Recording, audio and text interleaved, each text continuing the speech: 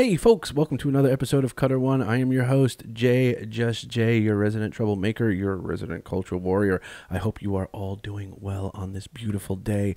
So I saw this article, and this is an article from Tuesday that I was going to speak about yesterday, but again, as I mentioned previously in another video, I wasn't feeling so hot yesterday, so I'm hitting it up today. Let's get right into it. Amazon keeps mum on Rings of Power audience size. Fools nobody.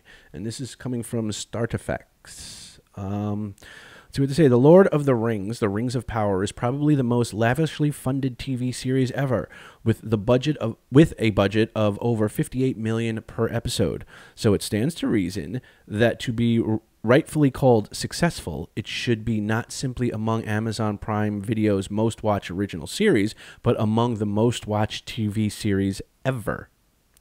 But most likely it isn't. There is no other explanation why Amazon is so reluctant to release any sort of hard numbers about its viewership. In the course of the series' entire run, Amazon released just one figure qualifying its performance, claiming the first 2 episodes were streamed by 25 million viewers globally in their first 24 hours of availability on the platform, and saying that this figure marked, quote, the biggest premiere in the history of Prime Video, unquote. In the 3 weeks since Season 1 finale, just one, and vague, number was added to that.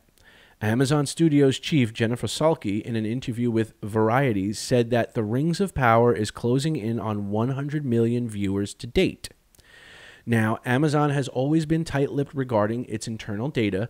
We still don't even know an exact subscriber total to Prime Video, but it is not averse to disclosing viewership figures when these figures are something to boast about, as is the case with Thursday Night Football, the NFL broadcast Amazon paid a massive amount of money to acquire. For example, very recently, Amazon disputed the viewership figures for Thursday Night Football provided by Nielsen.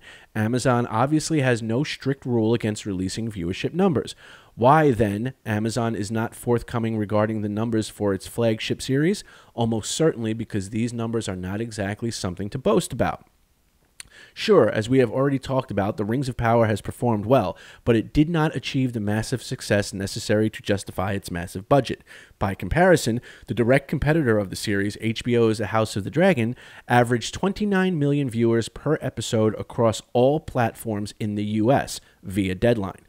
We cannot say how the figure of 100 million viewers specified for The Rings of Power stacks up to this average. Most importantly, Salke did not tell whether her figure was cumulative across all episodes or whether each episode averaged close to 100 million viewers. But Amazon's very unwillingness to clarify things points strongly towards the former, and I wholeheartedly agree. Yeah, I mean, everybody knows it. You guys all know this, okay? If this show was the big, super, mega hit that they were hoping it would be, the numbers would have been in our face within hours of the season finale ending, or as soon as they had them available. The fact that they released only numbers for the first 2 episodes, and since then, any numbers that we've gotten have been from other sources, Amazon hasn't released anything, lets you know just how bad the numbers were. I've been saying this, other channels have been saying this. Amazon's silence on this is deafening.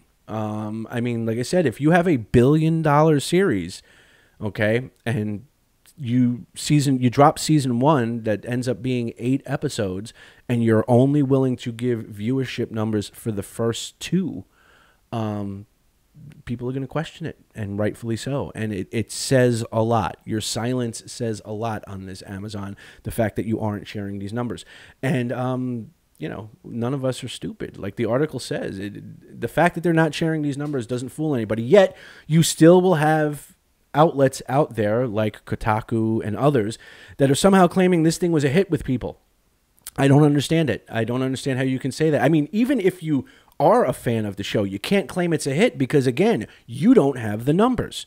Amazon hasn't released the numbers. So it's not just people like me who are ragging on this show because it was like an insult to our intelligence. Okay, even the people that support the show, you can't make a valid argument that it was good using numbers because you don't have any. So until Amazon comes out with these numbers, we just have to assume, we have to use that applicability as opposed to allegory that Tolkien always talked about. And we have to use that applicability and apply it to the silence that Amazon has with these numbers, and, you know, read into the fact that the show sucked. They know it sucked. The numbers show it sucked. And, you know, until they release the numbers that say otherwise, that's what we have to go with. Anyway, let me know what your thoughts are down in the comment section below. Remember, if you like the video, give it a thumbs up, give it a share. Leave a comment, because I do love hearing from you guys. I like sometimes just watching the comments. So if you see me, if I just like drop like a thumbs up on your comment, but I'm not necessarily replying, and so that's just my way of saying, yeah, I see you. Because I like when you guys, you know, I've seen discussions going on, and I'm like, oh yeah, I hadn't thought of it that way. Good call. But yeah, so leave a comment down below, and if you haven't yet, please subscribe. If you have subscribed, thank you very much. I appreciate it. We're trying to build this thing and get it going and getting some steam going, and hopefully you will be along for the ride. So until then, I will see you on the next one. Peace.